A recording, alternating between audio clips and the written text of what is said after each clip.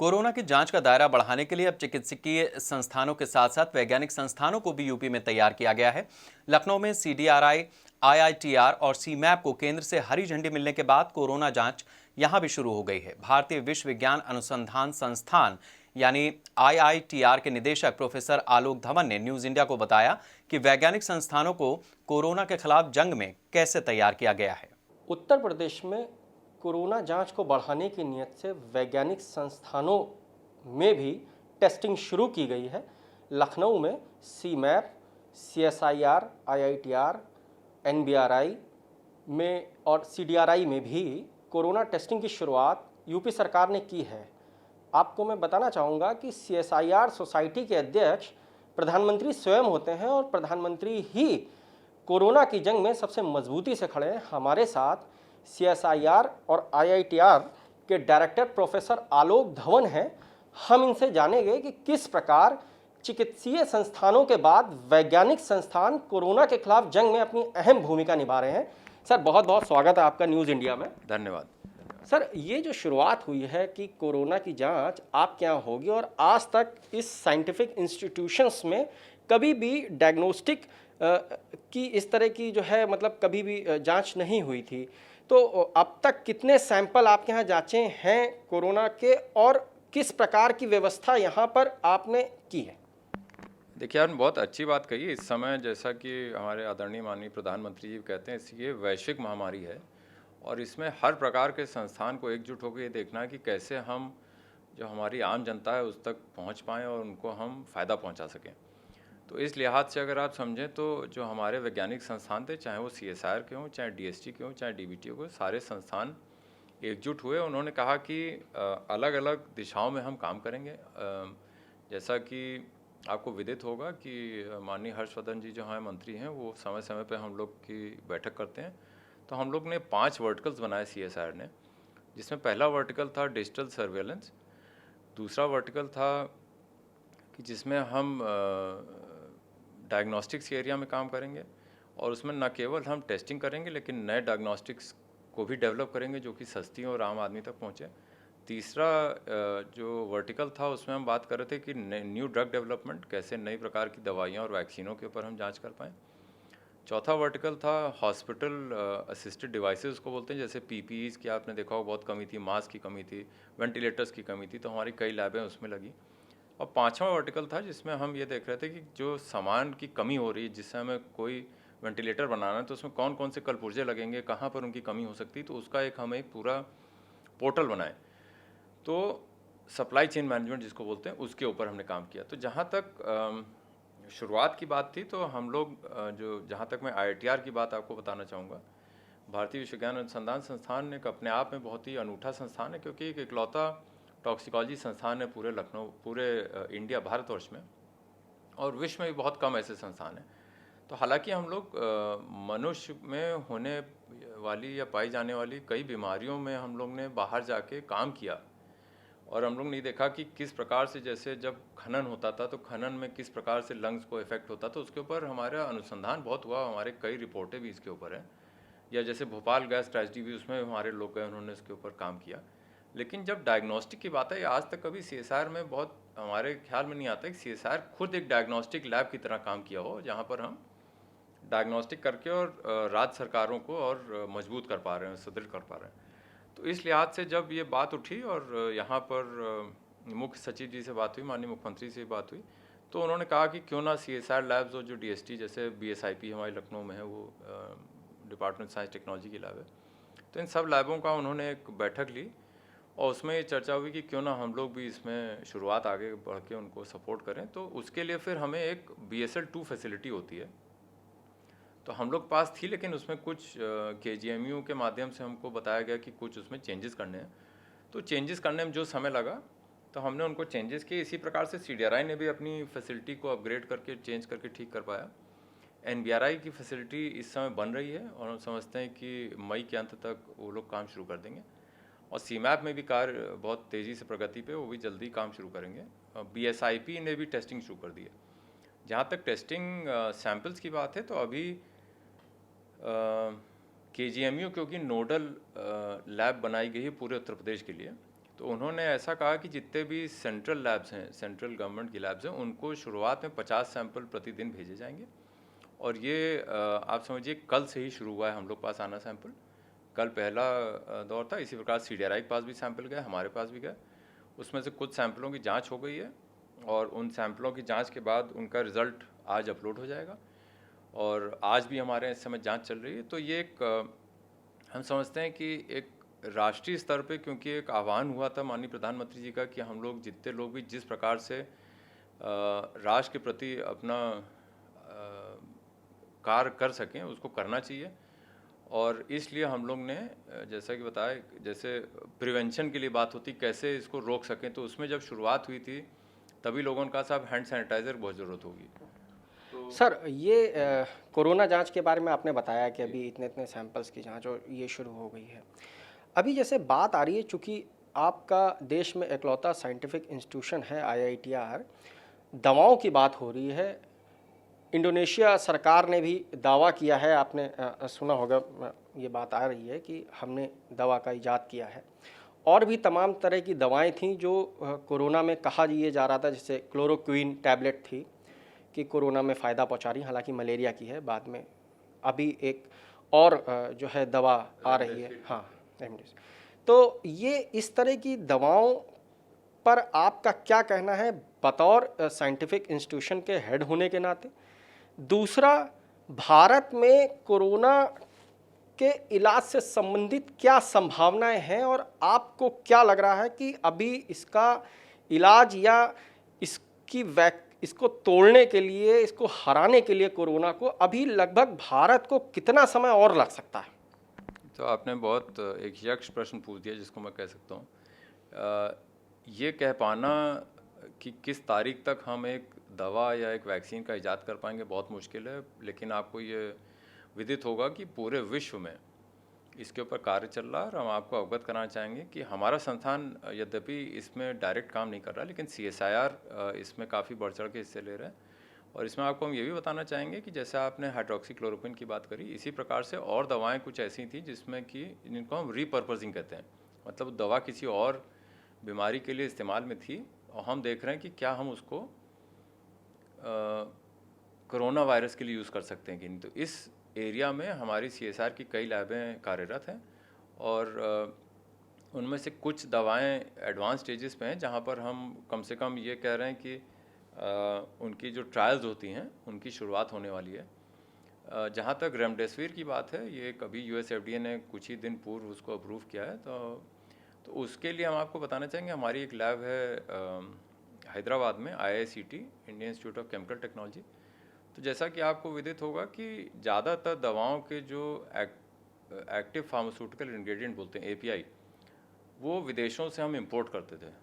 तो CSIR ने कम से कम ये किया कि बड़ी बड़ी कंपनियों के साथ बैठ के ये उनको मतलब कॉन्फिडेंस दिलाया कि हम आपको प्रोसेस देंगे और आप मैन्युफैक्चरिंग इंडिया में ही शुरू करें। तो इस प्रकार के कई समझौते CSIR और प्राइवेट कंपनी, जो बड़े बड़े फार्मास्यूटिकल कंपनी, उनके बीच में हुआ है, ताकि जब भी दवाएं तैयार हों और अगर उनकी क्लिनिकल ट्रायल, जैसे कि आपको ये भी बताना चाहेंगे, WHO ने एक सॉलिडारिटी ट्रायल बोली है। तो सॉलिडारिटी ट्रायल भी भारतवर्ष में हो रही है और भारतवर्ष उसमें पार्टिसिपेट कर रहा है ICMR के थ्रू। इसी प्रकार से जो वैक्सीन के कुछ कैंडिडेट्स हैं उनके लिए भी CSIR अग्रणी भूमिका निभा रहा है। तो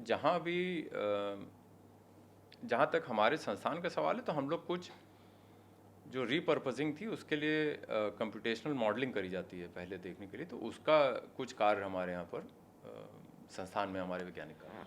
अच्छा सर, ये जैसे अगर हम PP किट की बात करें, पर्सनल प्रोटेक्शन इक्विपमेंट्स, जिसको लेकर के यूपी में काफ़ी घमासान भी मचा है। आप रोज़ाना अखबारों में पढ़ते होंगे कि डॉक्टर्स डिमांड कर रहे हैं कि मानकों के मुताबिक PP किट दी जाए और सरकार अपनी तरफ से प्रयास भी कर रही है। लेकिन हालांकि इसमें इस पूरी व्यवस्था में कुछ झोल भी हैं जिसकी वजह से डॉक्टर्स को PP किट मानकों के मुताबिक नहीं मिल पा रही है और सरकार ने खरीद करके भिजवाया भी है, ड्रग कॉर्पोरेशन से भी भिजवाया है, जिलों में CMOs और DM के थ्रू भी खरीदा गया है। लेकिन अगर एक साइंटिफिक इंस्टीट्यूशन की बात करें हम तो ये PP किट, जैसे आप आपके यहाँ भी क्या पीपी किट का प्रोडक्शन चल रहा है? जैसे कि अभी आपने सैनिटाइज़र की बात की कि हमने सैनिटाइज़र जो है मतलब काफ़ी ज़्यादा सैनिटाइज़र लॉकडाउन 1 के पहले से ही प्रशासन आपके संपर्क में था और आपने उत्तर प्रदेश के तमाम जिलों को इतना सैनिटाइज़र दिया है कि, और वो भी निःशुल्क, तो इसकी जितनी प्रशंसा की जाए वो खैर कम है। लेकिन अगर हम सिर्फ पीपी किट की बात करें, मास्क की बात करें, तो क्या ऐसे ज़रूरी संसाधन जो कोरोना से लड़ने के मजबूत हथियार के तौर पर फिलहाल इस्तेमाल में आ सकते हैं, तो वो क्या आपके यहाँ बन रहे हैं, या इस प्रकार का कोई प्लान है कि आने वाले समय में ये भी उत्पादन जो है यहाँ शुरू किया जा सकता है? तो सबसे पहले मैं आपसे कहना चाहूँगा कि जो जहाँ तक उत्तर प्रदेश सरकार की सवाल है, जो आपने बातें कही, मैं उसके ऊपर कोई टिप्पणी नहीं करना चाहूँगा। उत्तर प्रदेश सरकार उस पर टिप्पणी करने के लिए सक्षम है। जहाँ तक CSIR का सवाल है, मैं आपको अवगत कराना चाहूँगा कि हमारी एक लेबोरेटरी है, नेशनल एरोनॉटिकल लेबोरेटरी बेंगलुरु में, और उन्होंने स्वयं एक PPE किट का निर्माण किया है जो कि वर्ल्ड स्टैंडर्ड के हिसाब से, मानकों के हिसाब से एकदम ठीक बैठती है। ऑलरेडी हमने उसका लाइसेंस एक कंपनी को दे दिया है और कंपनी को ऑर्डर भी मिल गया है। अभी कल तक को जो हम लोग को इन्फॉर्मेशन थी उसमें 5000 किट उन्होंने शुरुआत कर दी, लेकिन शायद इस हफ्ते में वो अपना प्रोडक्शन 30,000 किट प्रतिदिन, ये अंतर्राष्ट्रीय मानकों के हिसाब से किट तैयार हो रही हैं। इसी प्रकार से मास्क N95 भी और दूसरे भी हमारे CSIR के वैज्ञानिकों ने बनाए हैं, जो कि एक सित्रा करके SITRA एक ऑर्गेनाइजेशन है जो सर्टिफिकेशन देती है इन चीज़ का, उससे सर्टिफाई करवाए जा चुके हैं और करवाने के बाद उनको प्रोडक्शन में कंपनीज़ को दे दिया गया है। ये कंपनीज़ भारत सरकार को ही सप्लाई कर रही हैं अभी, जैसे HLL एक कंपनी है वो प्रोडक्शन करेगी। इसी प्रकार से, क्योंकि आपने PPE की बात करी, तो इसी प्रकार से जो वेंटिलेटर्स हैं या और भी हॉस्पिटल असिस्टेड डिवाइसेस, इस तरह की चीज़ें हैं, तो उनका भी कई इस तरह की चीज़ें हमारे अलग अलग संस्थानों ने बनाई हैं, जिनको कि सिट्रस ने अब सर्टिफिकेशन दे दिया और अब वो प्रोडक्शन में चली गई हैं। आपने बहुत अच्छी बात कही। पीपी किट का जो कपड़ा होता है, बेसिकली भारत सरकार ने 2 लैब्स को अधिकृत किया है, कोयम्बटूर की सिट्रा, ग्वालियर की DRD। बवाल तभी शुरू होता है कि जब कंपनियां इन दोनों ही जो है लैब्स में अधिकृत कपड़े का इस्तेमाल ना करके ऐसे कपड़े का इस्तेमाल करने लगी जिससे घटिया पीपी किट तैयार हो रही है। और चूंकि देश एक कोरोना त्रासदी से गुजर रहा है, ऐसे में सभी की सामूहिक जिम्मेदारी बनती है कि हम इस वक्त कम से कम पैसे को प्राथमिकता ना दें। खैर, इशू हमारा दूसरा हो जाएगा। सैनिटाइज़र की बात हो रही थी सर, तो सैनिटाइज़र अभी CSIR IITR ने कितना जो है सैनिटाइज़र उत्पादन कराया है और कितना जो है डिस्ट्रीब्यूट हो चुका है उत्तर प्रदेश के लिए? ये आपने फिर एक बहुत अच्छा सवाल पूछा। हम समझते हैं कि आपके माध्यम से मैं अपने जितने भी दर्शक हैं उनको बताना चाहूँगा कि जैसा आपने अपने वक्तव्य में कहा कि प्रथम लॉकडाउन से पहले ही जो माननीय कमिश्नर थे लखनऊ जोन के, उन्होंने हमें अप्रोच किया, क्योंकि हमारे बगल में ही उनका दफ्तर है, तो उन्होंने कहा साहब हम लोग को एक इशू आ रहा है कि जो राशन की दुकानें वो कैसे खोली जाएं एकदम से, क्योंकि उनको हमें जो गरीब आदमी है राशन उनको फ्री देना है, तो उसके लिए हमको POS मशीन के ऊपर लगाने के लिए सैनिटाइज़र, और उनको जो दुकान खोलेंगे उनके लिए सैनिटाइज़र चाहिए। तो एक दिन के अंदर हमारे जो वैज्ञानिक थे उन्होंने इस चीज़ को चैलेंज को लिया और एक दिन के अंदर लगभग 350 लीटर हमने उनको बना के दिया। उसके बाद धीरे धीरे करके हम बनाते रहे अपने यहाँ पे, लेकिन उसके साथ हम ये कहना चाहेंगे हमारी साइंटिफिक सोशल रिस्पॉन्सिबिलिटी थी, जिसको कि बाकी जो व्यवसायी थे हमारे या तो उत्तर प्रदेश के या बाहर के, उन्होंने अपने कॉर्पोरेट सोशल रिस्पॉन्सिबिलिटी से उसको सहारा दिया, और इस जिसकी वजह से हम लगभग 2700 से 2800 लीटर सैनिटाइज़र बना पाए, जिसका कि हम लगभग 2500 लीटर डिस्ट्रीब्यूट कर चुके हैं। और ये डिस्ट्रीब्यूशन हम सिर्फ सरकार के माध्यम से करते हैं, हम पर्सनल किसी को नहीं देते हैं। जब सरकार हमारे पास किसी को भेजती है, चाहे वो CRPF के लोग रहे हों या जो जितने इनके नगर निगम के लोग थे या पुलिस के लोग थे, इन सब लोगों को हमने काफ़ी मात्रा में दिया। उसके अलावा DM रायबरेली का हमारे पास एक मैसेज आया कि उनके यहाँ पर कुछ जो सैनिटाइज़र उसकी कमी पड़ रही, ख़ासतौर में उनके जो डिस्ट्रिक्ट हॉस्पिटल में, तो उनके यहाँ भी उन्होंने अपना आदमी भेजा, हमने भिजवाया।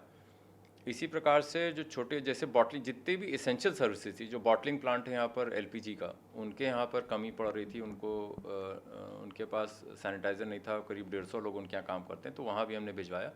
तो जहाँ जहाँ या तो जो हमारी सरकार थी लोकल लेवल पर डिस्ट्रिक्ट एडमिनिस्ट्रेशन उनके माध्यम से, या कहीं और से अगर हमारे पास कोई रिक्वेस्ट आई तो भी हमने डिस्ट्रिक्ट एडमिनिस्ट्रेशन को इन्फॉर्म किया कि भाई इन्होंने हमारे पास रिक्वेस्ट भेजी है तो मैं उनको देना चाहता हूँ, तो आपके माध्यम से या डायरेक्ट, तो जहाँ भी हुआ तो हमारे उनके बीच में बहुत अच्छा तारतम्य बना, एक अच्छा सामंजस्य बना। और इस चीज़ को माननीय मुख्यमंत्री जी ने स्वयं बहुत सराहा।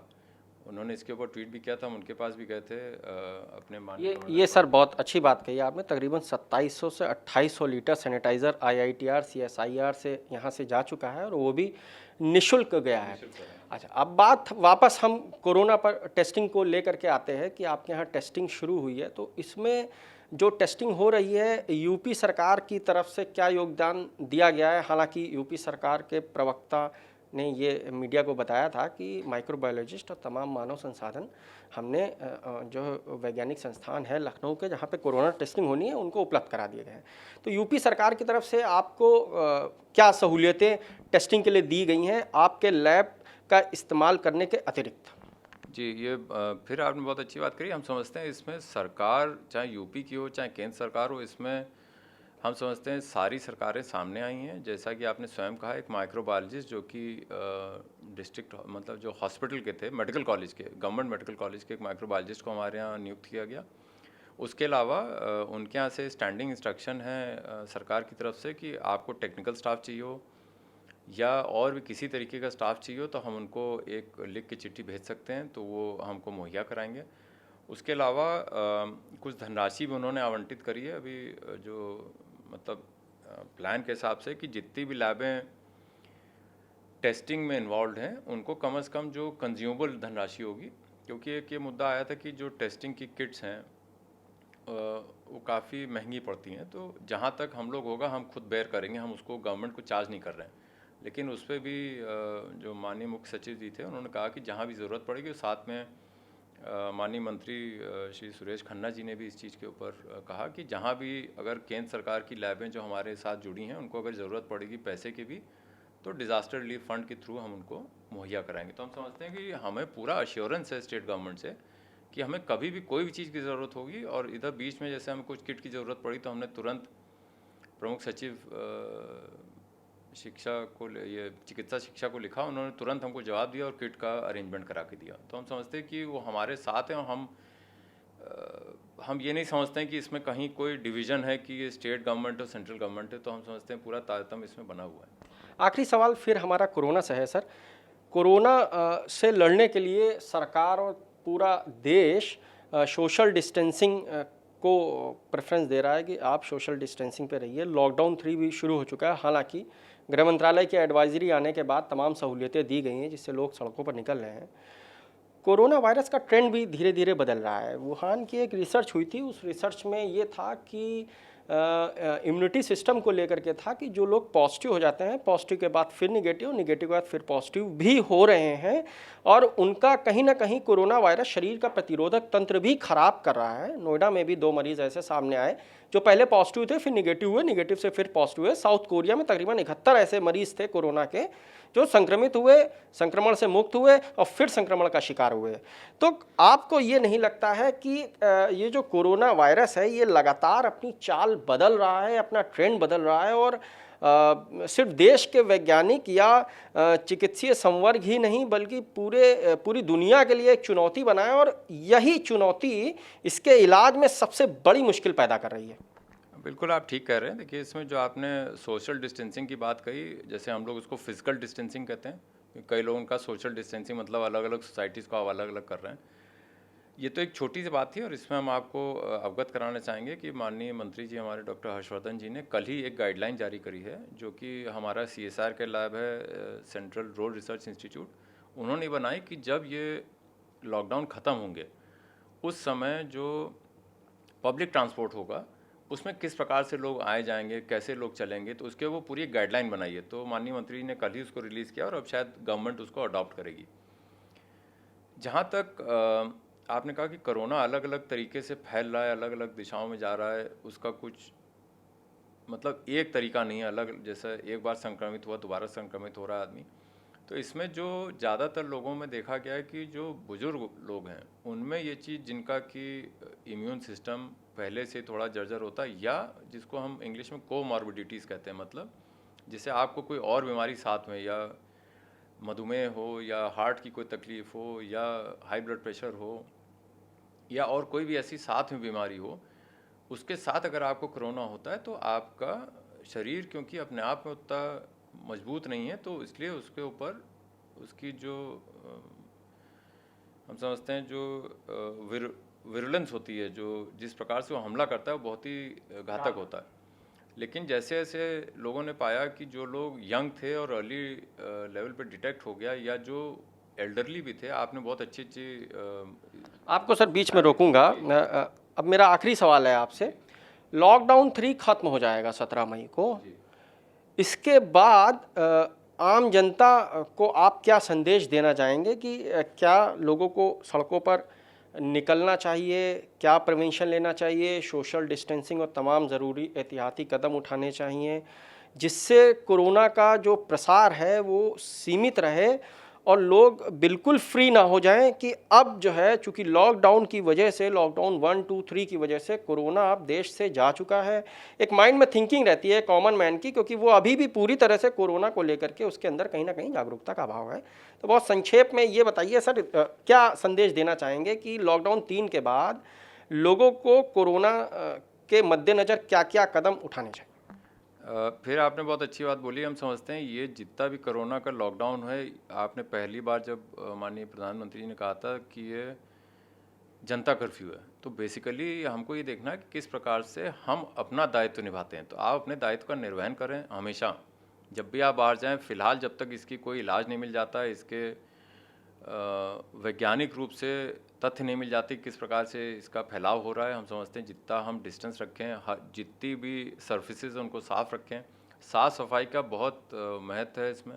ये तो हर जगह उन्होंने देखा कि जहाँ भी साफ़ सफाई ठीक से रखी गई तो उसका जो प्रतिरोधक क्षमता थी वो भी कम हो गई, और लोगों में एक से दूसरे में फैलने की प्रवृत्ति कम हुई। और भारतवर्ष हमारे हम समझते पहला ऐसा देश है जहाँ पर मास्क हम लोग ने सब लोग लगाना शुरू किया, कपड़े के मास्क लगाना शुरू किया ताकि एक से दूसरे ना फैले। तो हम समझते हैं ये एक नया नॉर्मल, न्यू नॉर्मल कह रहे हैं लोग, कि जब ये खुलेगा भी तब भी हमको ये मेंटेन करना चाहिए। अगर हम ये भूल जाते हैं तो हम अपने को जो है हानि पहुंचाएंगे। सरकार तो एक आपके लिए दायरा बना देगी, एक पॉलिसी बना देगी, लेकिन फॉलो तो आप ही को करना है। बहुत अच्छी बात कही। हमारे साथ CSIR IITR के प्रोफेसर आलोक धवन जी थे और इन्होंने बहुत अच्छी बात कही। और IITR इकलौता संस्थान है जो वैज्ञानिक संस्थान लखनऊ में तकरीबन 3000 लीटर सैनिटाइज़र दे चुका है यूपी सरकार को। साथ ही साथ CDRI, CMAP, CSIR, IITR, NBRI, ये चारों वैज्ञानिक संस्थान मिल करके सरकार को कोरोना जांच में भी मदद कर रहे हैं। टेस्टिंग भी शुरू हो गई है। ऐसे में कहीं ना कहीं प्रधानमंत्री की मुहिम को लखनऊ के वैज्ञानिक संस्थान भी निभा रहे हैं और कोरोना के खिलाफ जंग में बेहद मजबूती से खड़े हैं। कैमरामैन PC चौधरी के साथ मनीष श्रीवास्तव, न्यूज़ इंडिया, लखनऊ।